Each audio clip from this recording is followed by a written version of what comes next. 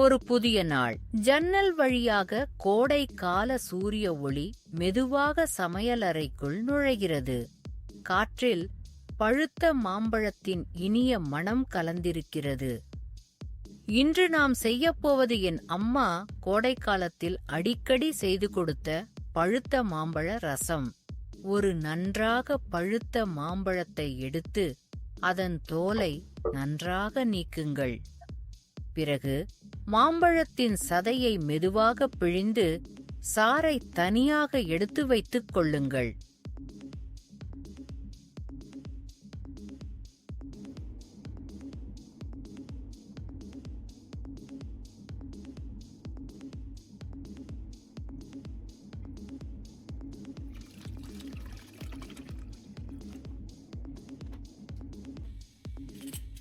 ஒரு டீஸ்பூன் புளி விழுது,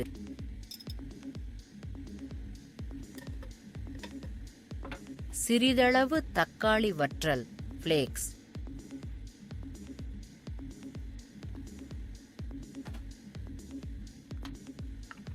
ஒரு டீஸ்பூன் மஞ்சள் தூள், தேவையான அளவு உப்பு, 4 துண்டுகள் பெருங்காயம், ஒரு டீஸ்பூன் மிளகுத்தூள். உங்கள் விருப்பப்படி கருப்பு அல்லது வெள்ளை மிளகுத்தூள் பயன்படுத்தலாம். இவை அனைத்தையும் நன்றாக கலந்து 10 நிமிடங்கள் தனியாக வைக்கவும். 10 நிமிடங்கள் கழிந்ததும் பாத்திரத்தை அடுப்பில் வைத்து நன்றாக கொதிக்க விடுங்கள். பழுத்த மாம்பழ ரசம் இப்போது நன்றாக கொதித்துக் கொண்டிருக்கிறது.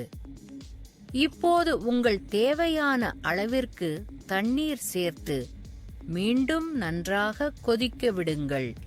ரசம் நன்றாக கொதிக்க ஆரம்பித்ததும் 1-2 ஸ்பூன் ரசம் பொடியை சேர்க்கவும். மீண்டும் சில நிமிடங்கள் நன்றாக கொதிக்க விடுங்கள்.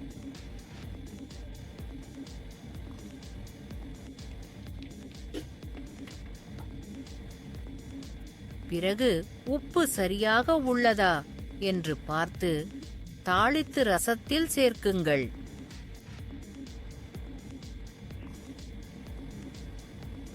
இப்போது தாளிப்பிற்கு ஒரு வாணலியில் சிறிது எண்ணெய் அல்லது நெய் ஊற்றி சூடாக்குங்கள். அதில் 1 ஸ்பூன் கடுகு,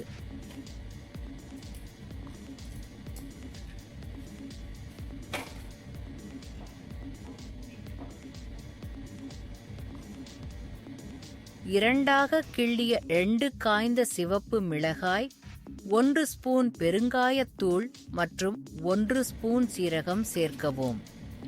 அனைத்தும் நன்றாக வெடித்து மணம் வரும்போது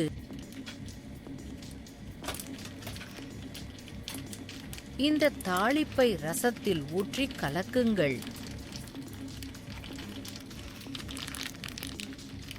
தாளிப்பை ரசத்தில் ஊற்றிய பிறகு நன்றாக கலக்குங்கள். பின்னர் பாத்திரத்தை மூடி 10 நிமிடங்கள் அப்படியே வைக்கவும். இப்போது நம்முடைய சுவையான பழுத்த மாம்பழ ரசம் தயார். சூடான சாதத்தில் சிறிது நெய் சேர்த்து இந்த ரசத்துடன் சாப்பிட்டால் சுவை அற்புதமாக இருக்கும்.